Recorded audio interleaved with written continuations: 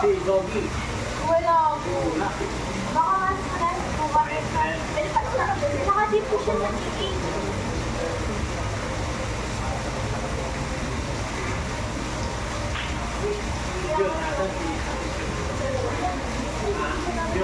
Ano na?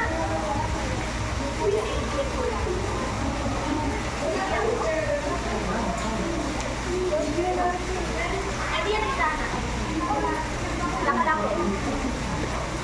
Nakalako. Hindi ko kasi may demo po siya. Yes, of course. Okay.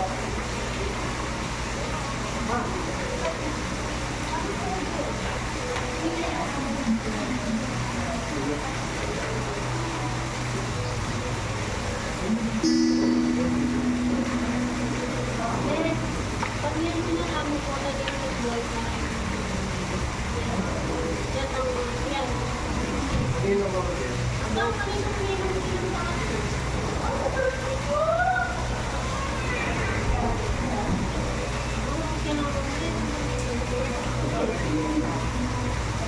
Po.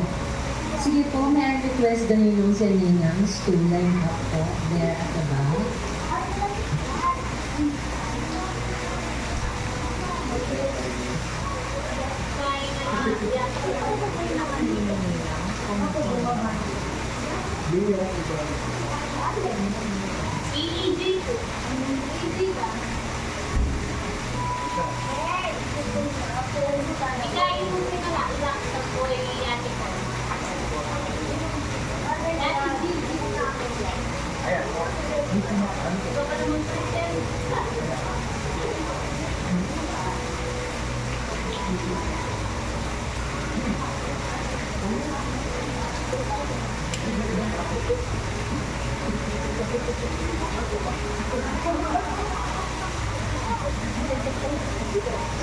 Ayun. Si Ate J.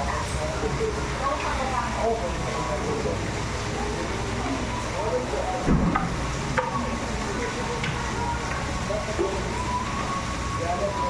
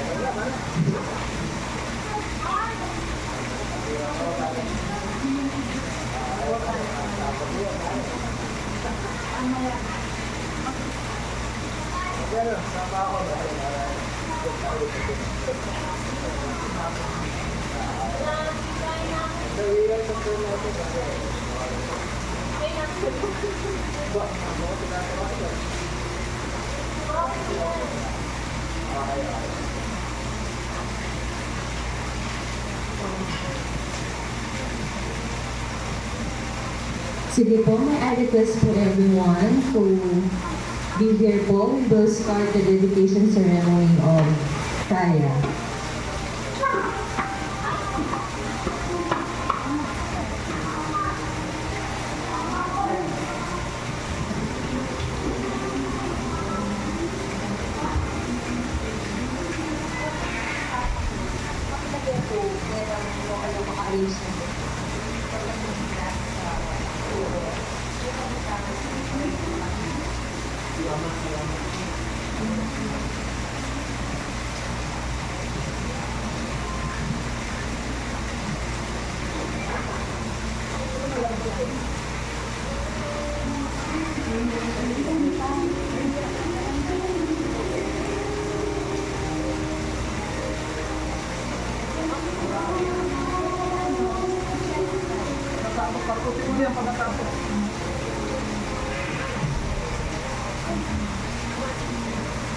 Kumakan.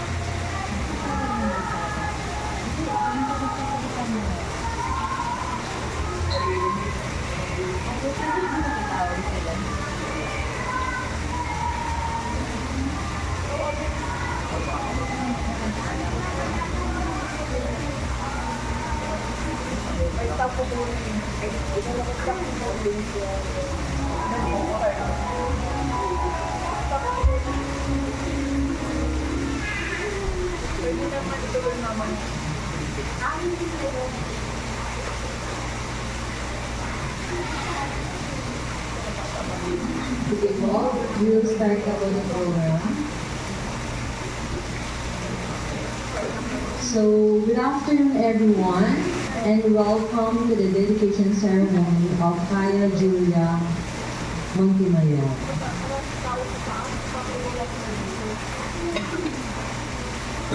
So, why are we gathered here today? So, bakit po tayo nagtitipon ngayong hapon na to?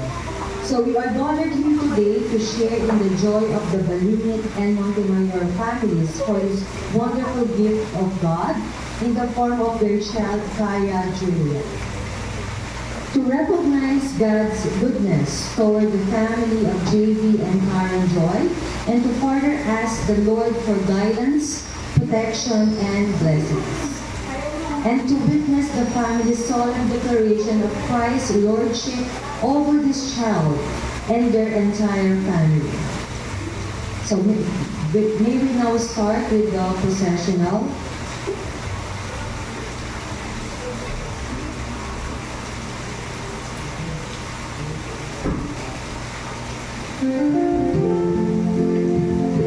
We're officiating Minister Reverend Joseph Miller, followed by the Bible bearer, Joel Garcia, the Queen and the Light, AJ Sanchez, and Gigi John Flores for the flowers and the song. Let us all rise for the top of J.B. Montemayor and Karen Joy Montemayor together for the child to be dedicated, Kaya Julia Montemayor. Let us start this dedication ceremony with a prayer.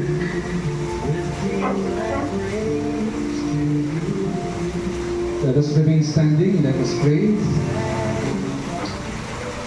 Almighty God, our Heavenly Father, thank you so much for this wonderful day that you have given us.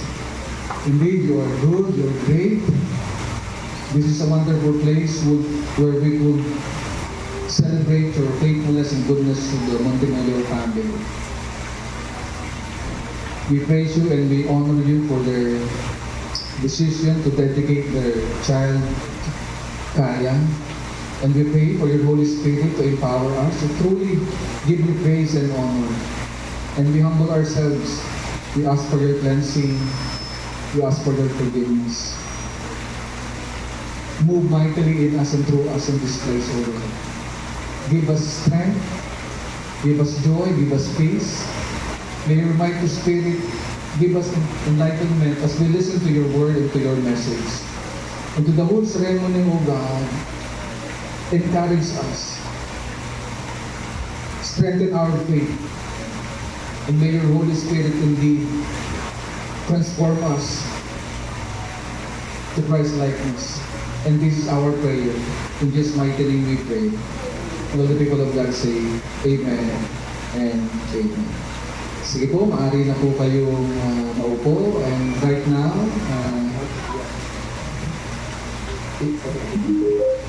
pwede bang Kuya AJ, dahil ikaw yung light bearer kanina, lighting of the candle tayo.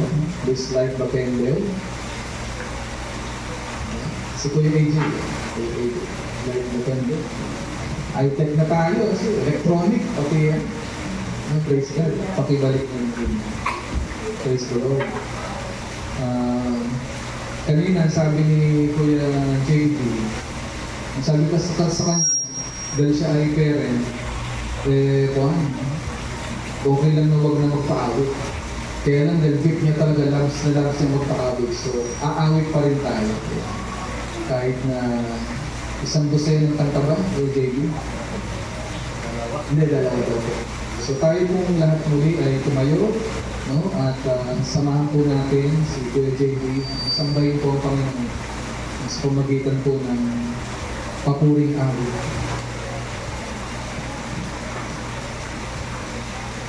Amen. Let's worship the Lord.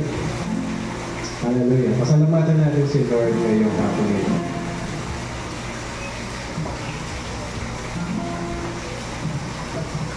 Hallelujah.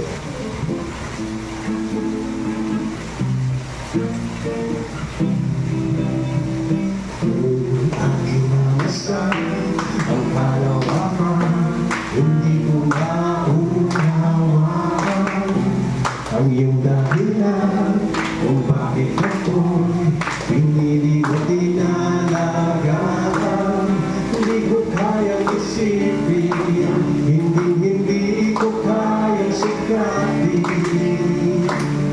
ang pag-ibig mo, Jesus, na iyong binigay sa akin. Salamat, salamat, oh Jesus, sa pag-ibig mo. Walang ibang nagmahal sa akin na katulad mo. Salamat, salamat, oh Jesus, sa pag-ibig mo. Ako'y magsasaya sa piling mo. Hallelujah. Kung may pagsulit man o kaibigan, ako ay may nalapitan.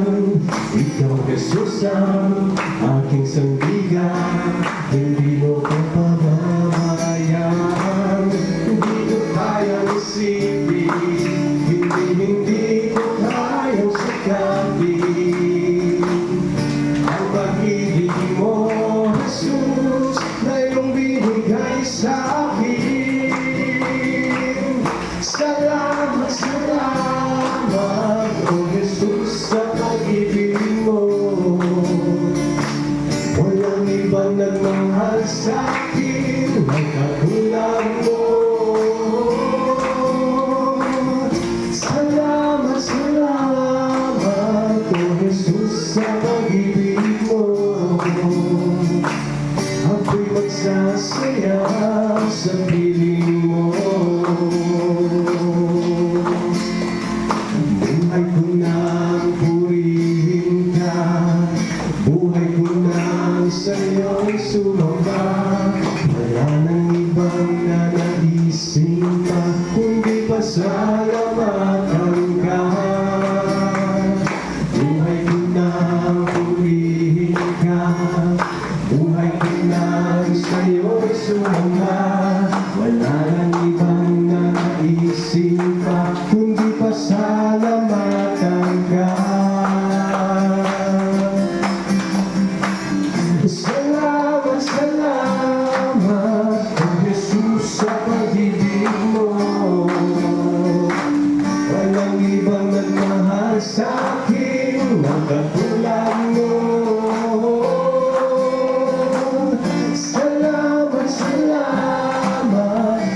Jesus, sa pag-ibig mo ako'y magsasaya sa piling mo.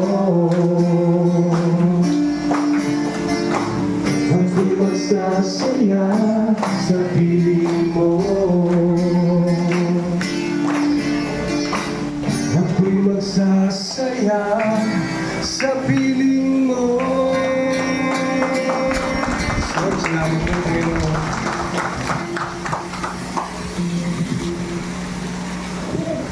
Maraming salamat, Kuya JB. Maaari na po kayong maupo.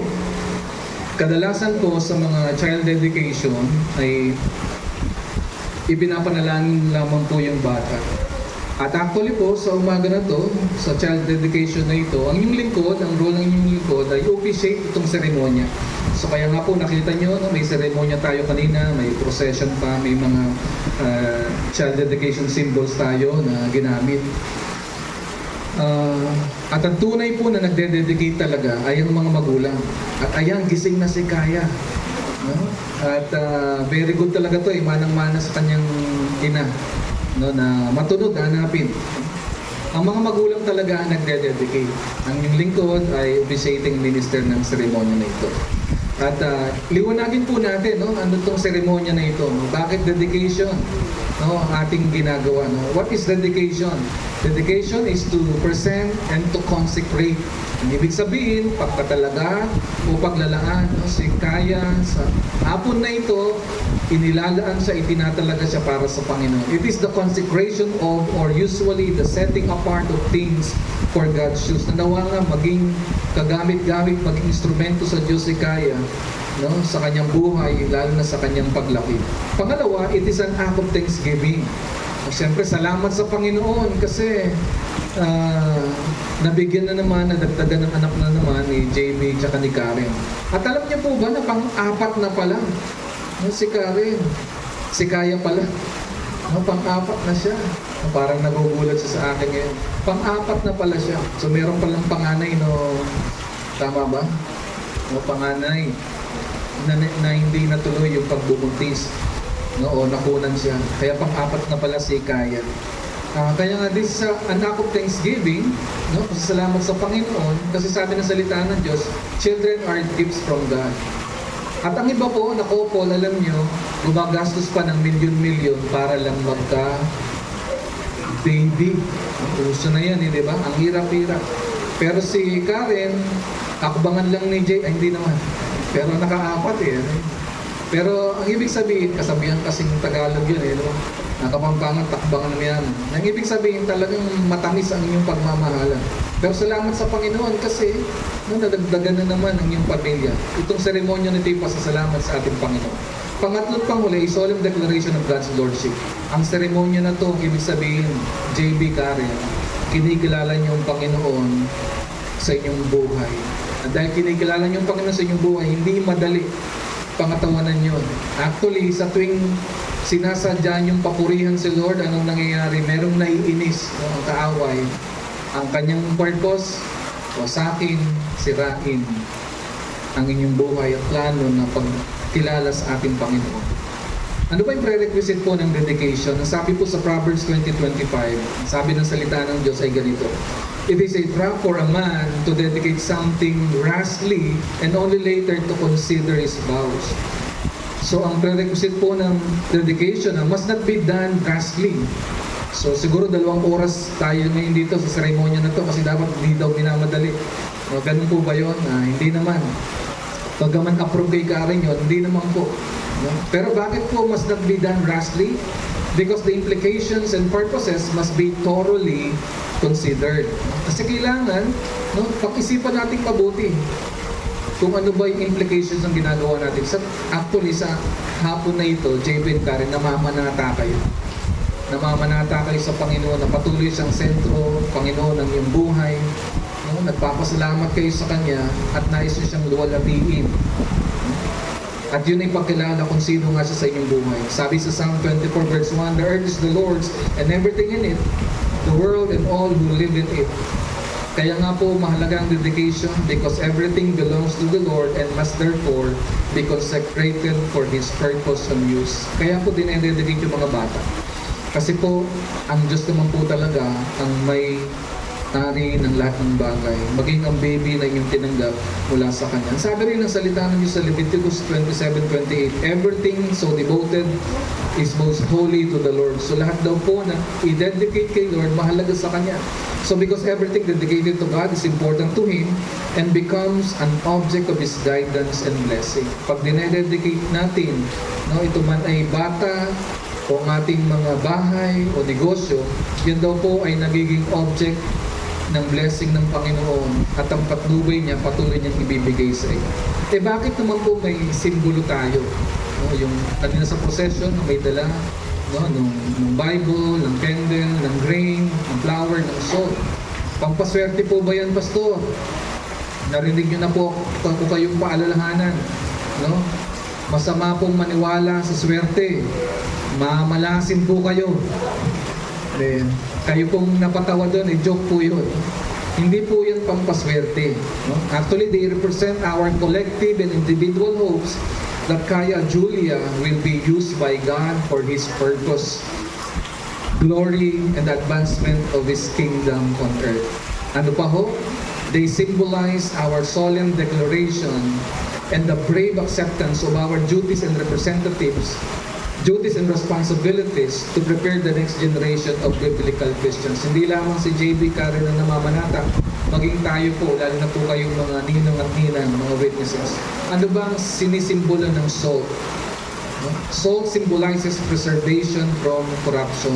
Alam naman natin sa sistema ng mundo na ito, laganap po ang corruption. Ang sabi ni Jesus sa Matthew 5:13, you are the salt of the earth. Pwede niyo po bang sabihin, you are the salt of the earth? We are the salt of the earth. Pero sabi ni Jesus, but if the salt loses its saltiness, how can it be made salty again? It is no longer good for anything except to be thrown out and trampled by men. As a salt of this world, meron po tayong purpose.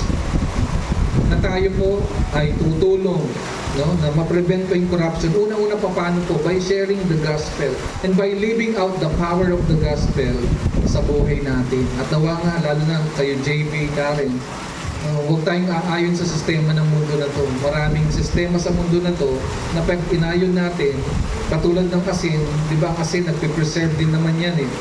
Para hindi mabulok, masira. Baka yung relationship nyo, yung family nyo masira if you will not follow the instructions of the Lord. Since you are the salt, hindi sistema ng mundo ang inyong i-apply, kundi sistema ng ating Panginoon. Hindi lamang yun ang sinabi ni Jesus, meron tayong light, no? It symbolizes our good works. Nawa nga sa pagkukumit nyo sa hapon na ito, lalong mag-umapaw yung mabuting gawa sa inyong buhay. Ang sabi ni Jesus sa Matthew 5:14-15, you are the light of the world, and a city on a hill cannot be hidden. Neither do people light lamp and put it under a bowl. Instead, they put it on its stand. It gives light to everyone in the house. At ang sabi, let your light so shine before men that they may see your good works, that they will praise your Father in heaven. So actually sa passage na to, kung alam niyo po itong Matthew 5 na to, sinabi rin kasi doon, di ba? When you pray in secret, hindi dapat nakikita ng mga tao. Ang ibig sabihin kasi, dapat pag nagpe-pray ka, si Lord ang piniplease mo, hindi ang mga tao. Yun ang ibig sabihin. It's not about the secrecy. Pag magbibigay ka rin, no, you give to the Lord. Sabi niya, hindi dapat malalaman ng kanang kamay yung binibigay ng kaliwa. Pero again, it's not about secrecy. It's about doing it for the Lord. Kasi you will lose your reward. Pero sa sumusunod na verses, sinabi ni Jesus, let your light so shine before men. Anong purpose? That they may see your good works. Kaya ko in-emphasize, hindi about secrecy ng ating good works. Kasi sabi niya, yung mga sumunod na verses, let your light shine. Show it. Why? Why you should show it to people? That they may praise your Father in heaven. JB and Karen, medyo magpo-post tayo ng kaunti dito. Pero matatapos naman tayo kaagad. Yan. Na-enjoy naman natin yung ating leader na inyong daan. Niluto lahat siya ni Karen. Kaya enjoy natin yung mamaya. Katulad na nabanggit ko sa inyo kanina, may challenge. When we decide to live for the Lord, may challenge. Lalo na sa inyong marriage. Nawa itong dedication ceremony na ito magpaalala sa inyo na kailangan yung tibayan, una, ang pananampalataya nyo sa Panginoon. Pangalawa, yung pananampalataya, paniniwala nyo sa bawat isa at pagsusuporta nyo sa bawat isa. At ganun din bilang mabuting halimbawa kay Kaya. Sa mundo na ito, sa sistema ng mundo na ito, sa social media, alam niyo ba kung anong ginagawa sa atin? Pinapalitan ng social media truth yung absolute truth ng Word of God. Sa social media, pag nakinig ka, ang gagaling ng mga tagapagturo. Totoo ba yung sinasabi nila? Opo, totoo naman. Pero ang tanong, yung totoo bang sinasabi nila umaayon sa katotohanan ng salita ng Diyos?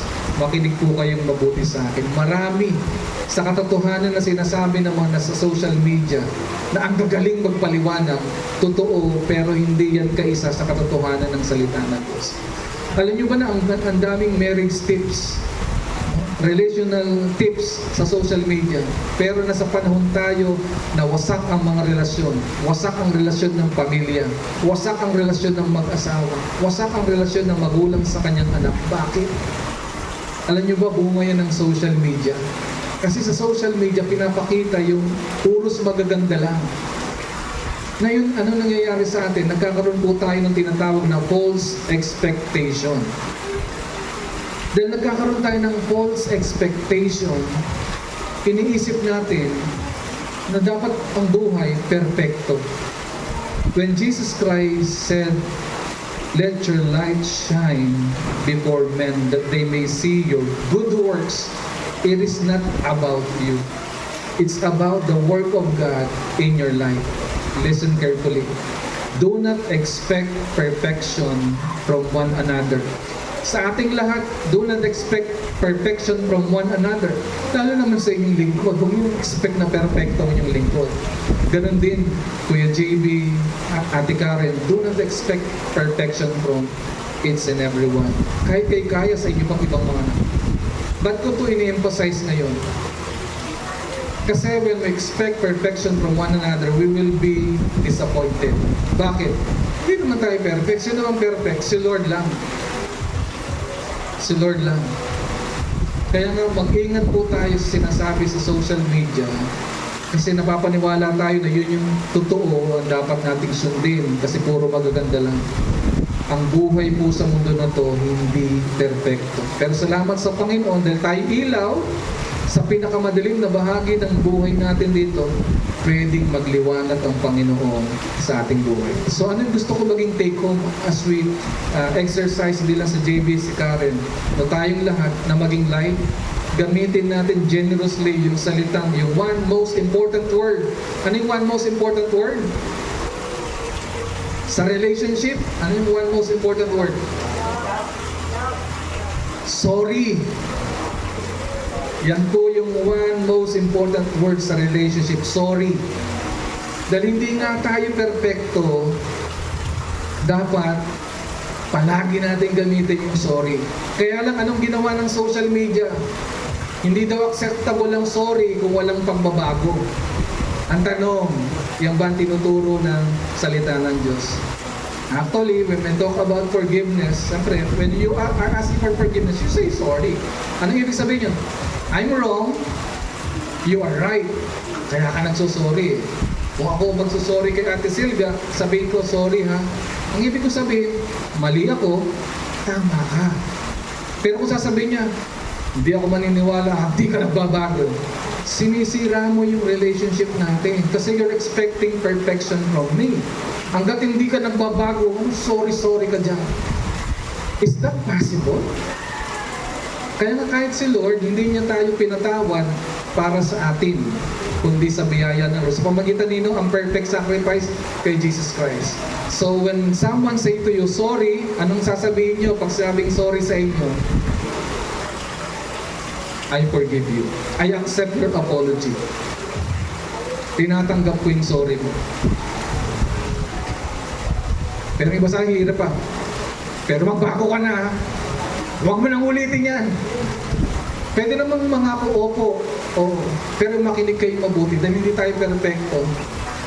Katulad ng sinabi ni Jesus, nang sinagot niya si Peter, JB, how many times will I forgive, Lord? Sabi ni Peter, 7? 7 times, Lord? Parang generous. Pero sabi ni Jesus, 7 times 7. Ibig sabihin, walang katapusan. 7 times 7 is 400 something plus. 70 times 7, brother. 70 times 7.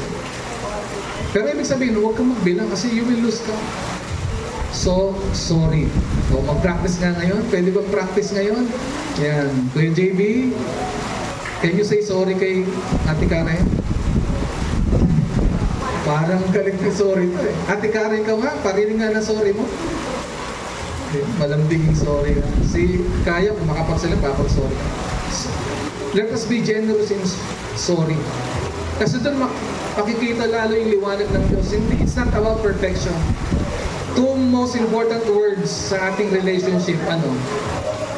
Ano po yung two most important words sa relationship? Thank you. Pag pamilya na tayo, lalo na pag mag-asawa kayo, wala nang thank you, di ba? Pag may inutos ka, abot mo nga yung tuwalya. Pakiabot na yung tuwalya. Kaya mo kanyang inabot sa'yo. Kaya, kama mo ata, di ba? Ba't kayo mo, imbis na inabot na sa'yo, anong sasagot mo dapat? Thank you. Pero iba sa atin, galit pa, di ba? No, kahit sa may ginagawa. Pero let us be generous in saying thank you. Kuya JB, pakisabi mo nga thank you kay Karen. Karen, pakisabi mo nga kay JB na thank you. Sabihin nga natin lahat, thank you. Malakas. Thank you. Thank you rin po. At ano naman po yung 3 most important words sa relationship? Na dapat generous tayo, lagi natin sinasabi kahit na ano ka, hindi ka sweet. Yun ay I love you. I love you, be generous. Eh, pastor, hindi ko feel. Remember this. Love is not a feeling. It is what? A decision. Ulitin ko, alam natin yan, di ba? Love is not a feeling, but a decision. Kahit na ang feeling mo, buriin mo na yung silaban. Ang gusto mo na sa sunugin. Or what? You say you love the person. Eh, pastor, di ko nga feel. Kaya nga sabihin mo. And then, yung feeling susunod na yun. Hindi ba kaplastikan yun, pastor? Hindi. Kasi nga, love is a decision. Kaya nga, when God decided to save us, nagdesisyon siya. Di man tayo karapat-dapat, isinubo niya pa isa sa kanila. Pinakita niya ang pagmamahal sa atin habang tayo makasalanan. Kaya nga JB, ang pinakamatinding pagmamahal mo, mapapakita mo kay Karen sa panahon na para bagang hindi siya karapat-dapat. Ganun ka rin, Karen. Mapapakita mo ang pag-ibig mo kay JB sa panahon na hindi karapat-dapat sa JB. So hindi lamang sa salita, nawa sa gawa. And by doing so, yung tatlo lamang na yung kumamaster natin, we can allow the light of Christ shine on us, that they will see the good works ng mga Kristiyano. Pag nagkamali, nagsosorry. Yung iba kasi nagkamali na, sila pa yung galit. Hindi, ang Kristiyano, pag nagkamali, nagsosorry. Pinapractice mo yan ba, pastor? Pinapractice ko po. Minsan nakakalimutan ko, pero nire-remind ko lang yung sarili ko. Kanina, kakasorry ko lang eh. Kasi nagkamali na naman si pastor. Sa anak naman. Pero sagot sa akin ng anak ko, hindi ko naman napansin, Papa. Pero kahit na hindi niya napansin, kasi kinunbig ako ni Lord, mali yung ginawa ko eh. Yung pagkatok kong malakas sa pintuan. Kasi medyo nainip na si pastor. Pero nag-sorry ako. We need to show, because of our imperfections, shortcomings, we need to say sorry, we need to apologize, we need to admit we are wrong. We say thank you pag ginawa tayo ng mabuti ng ibang tao. That's the way to show good works. We say, I love you.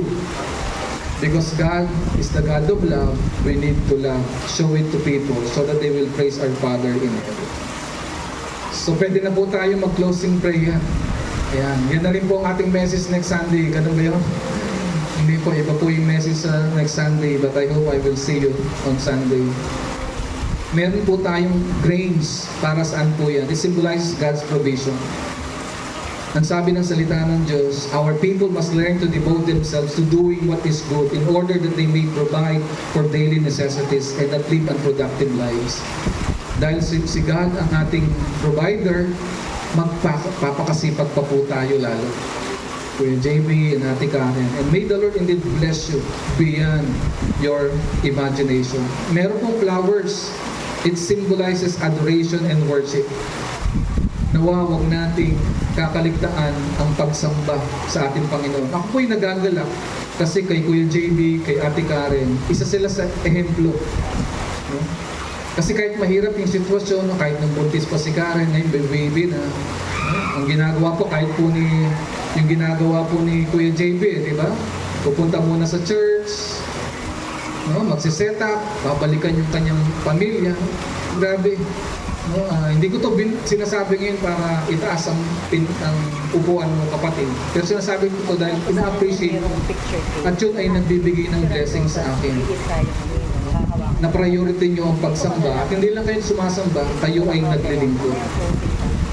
Kaya nga meron paalala sa atin ng flowers. It symbolizes worship and adoration. At panghuli, yung Bible, it is God's Word. Alam naman natin yan. Nung sabi sa Deuteronomy 11:18 to 19, nung makinig po kayong mabuti, lalo na po tayong mga parents, ang sabi po ng salita ng Diyos, fix these words of mine in your hearts and minds, tie them as symbols on your hands, and bind them on your foreheads. Teach them to your children, the scripture, the word of God, talking about them when you sit at home, and when you walk along the road, when you lie down, when you get up. Nakita niyo po yung picture na sinasabi. Paano yun, Pastor? Wala na kaming ginawa. Ang ibig sabihin kasi, it should be a lifestyle. Hindi lang siya tinuturo sa salita, ipinapakita sa gawa. Kaya ang sabi niya, talking them about when you sit at home. Pag nakupo kayo kwentuhan, pag-usapan niyo to. When you walk, no? Along the road, when you lie down, and when you get up, meaning sa inyong buong buhay, dawa sa salita at sa gawa, nakikita ang salita ng Diyos. So why do we dedicate our children? Bakit ba dapat i-dedicate JB, Karen, ang iyong anak na si Kaya to follow biblical and godly example? Kasi yan ay halimbawa sa Bible. Alam niyo ba na si Jesus, example ni Joseph at ni Mary, si Jesus was dedicated as a child and not baptized. Sa Luke 2:22-24. Si Jesus Christ po, hindi po siya binautismuhan nung baby siya. Anong ginawa sa kanya? Dinala si Jesus, si baby Jesus, ni Joseph at ni Mary sa temple at siya po ay dinedicate. So halimbawa po yan, maging po ng ating Panginoon Jesus ng kanyang mga magulang. Sa Old Testament, ganoon din yung example po ni Hannah. O si Hannah po sa Old Testament, she brought her son, si Samuel, and presented him to God through Eli, the priest of 1 Samuel 1:27-28. So yung mga baby, dinededicate, hindi siya binabaptize. By the way, ilang taon si Jesus nung binautismuhan siya? Mga around 30 years old na si Jesus. Diba? Sino nagbaptize kay Jesus? Si John the Baptist, dun sa Jordan River. Kaya hindi tayo nagbabaptize ng baby. Kasi si Jesus, nung baby siya, dinedicate siya sa temple. At nung 30 years old siya, dun siya nabaptize sa Jordan River. At siya po'y binaptize ni John the Baptist. So Old Testament, New Testament, yan po ang example nila. So why do we dedicate our children? To offer back to God for His glory and purpose, the gift which He has given. Para papurihan, pasalamatan ng Diyos. Kasi regalo si Kaya. Another thing, to make a commitment to raise our children God's way. Itong seremonya na to, nakukomit kayo, JB Karen, abay sa paraan ng Diyos ninyo palalakihin si Kaya. Hindi sa sistema ng mundo na ito. To share with the Christian witness, mga nino, mga ninang, and tayo po lahat na nandito ngayon, in the responsibility of spiritually nurturing the child. So, ibig sabihin, bahagi po si Kaya na tayo tulong-tulong kasama si JB at si Karen, natutulungan na maging mabuti at makadiyos si Kaya. Na yun po yung ating ginagawa ngayon sa seremonya nito. Ano pa ho? To make available to the child the protection of congregational prayer. Kaya mamaya po ipag-pray po natin siya at ganun din po, nawa patuloy po natin ipag-pray si Kaya. Another thing, to recognize the child's given Christian name and to formally introduce her into the community. Alam niyo po ba, JB and Karen, yung pangalan na binigay niyo at i-affirm natin sa dedication na to, yan rin ang pangalan na isusulat sa aklat ng buhay. Ang sabi sa Hebrews 12:23, first part, to the church of the firstborn, whose names are written in heaven.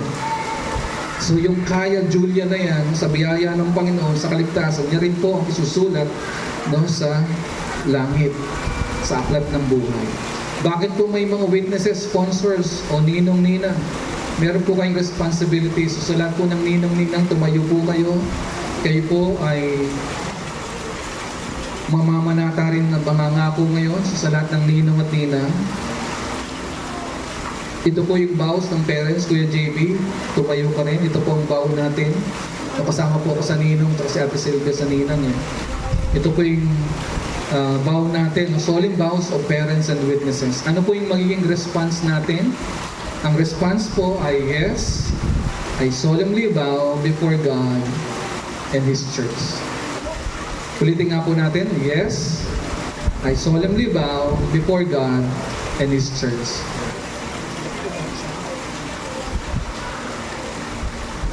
Dito ka sa aking tabi.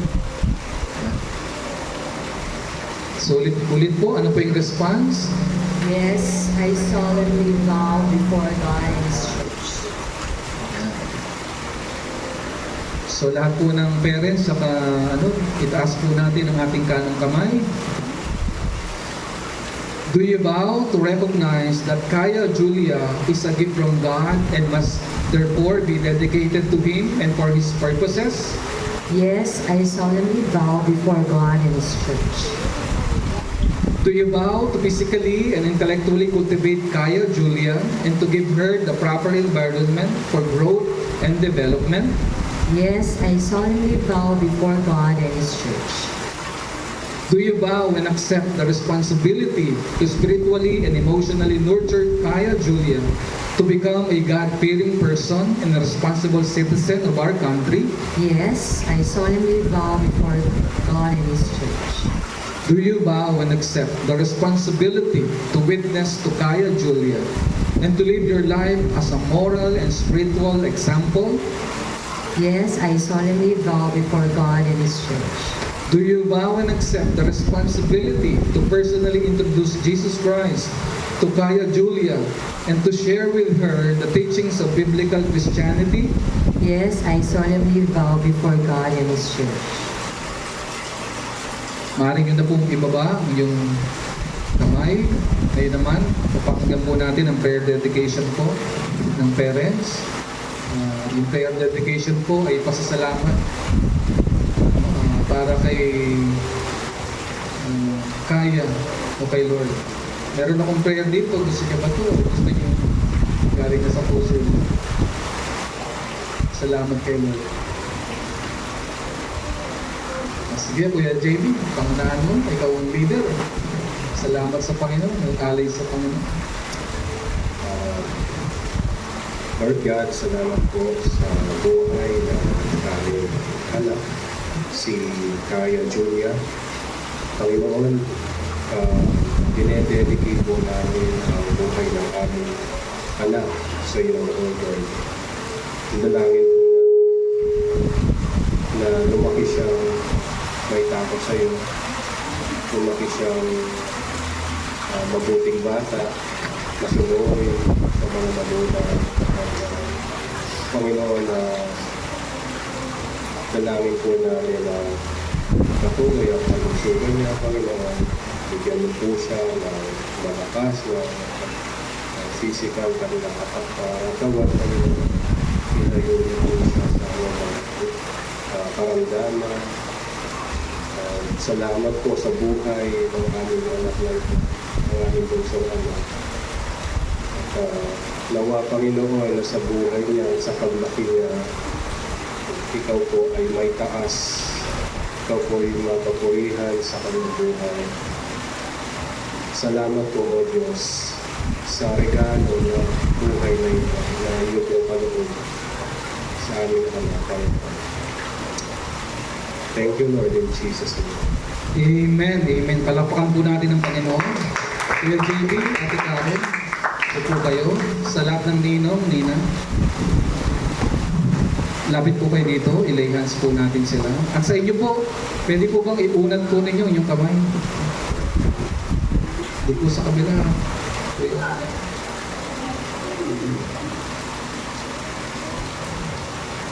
Sige po, iunat nyo rin po inyong kamay sa kanila.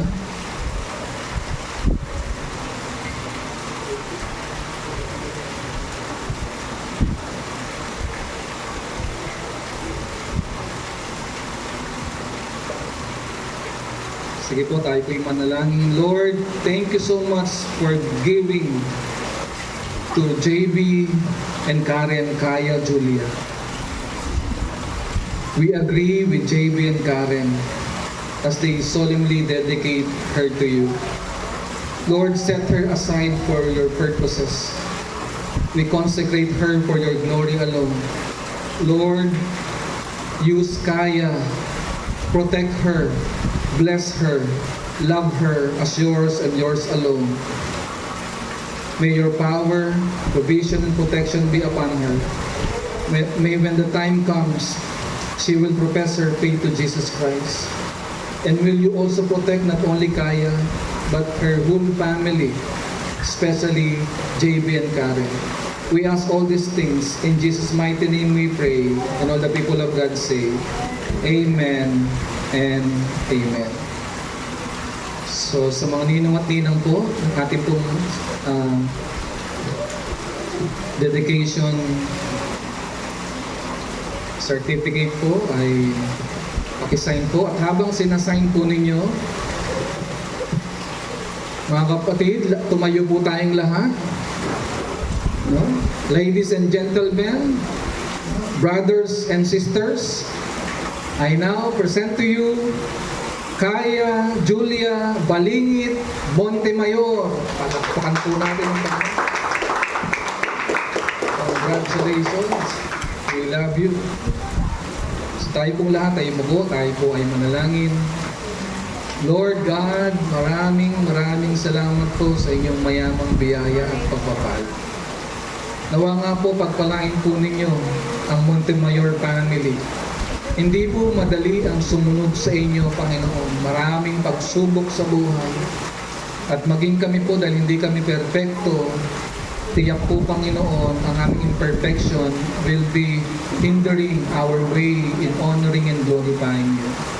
But as we acknowledge our imperfections, we glorify your perfection. You, Lord, our God, Jesus Christ, our Messiah, our Savior, the King of Kings and the Lord of Lords, you are perfect. And thank you so much that you are the Lord of their family. May your power, provision, and protection be upon them and upon us all. At ang dalangin ko, Panginoon, pagharian niyo nga po kaming lahat at ang banal yung Espiritu malayang kumilos at gumawa sa buhay nila at sa buhay namin.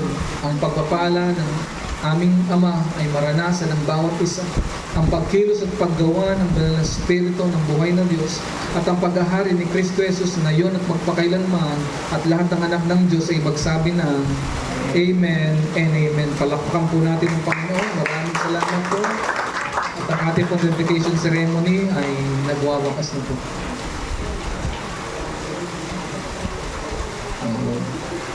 At sa ating pong pagwawakas ay may picture taking po. Pagkatapos po ng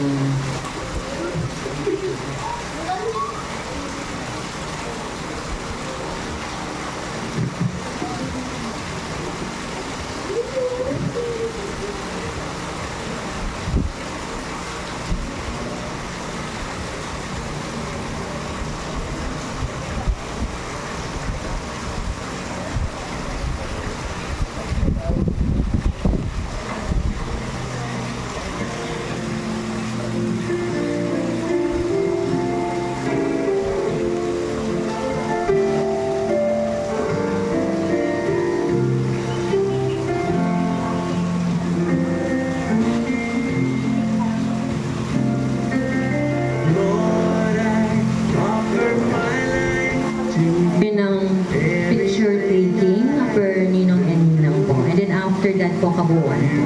Thank you.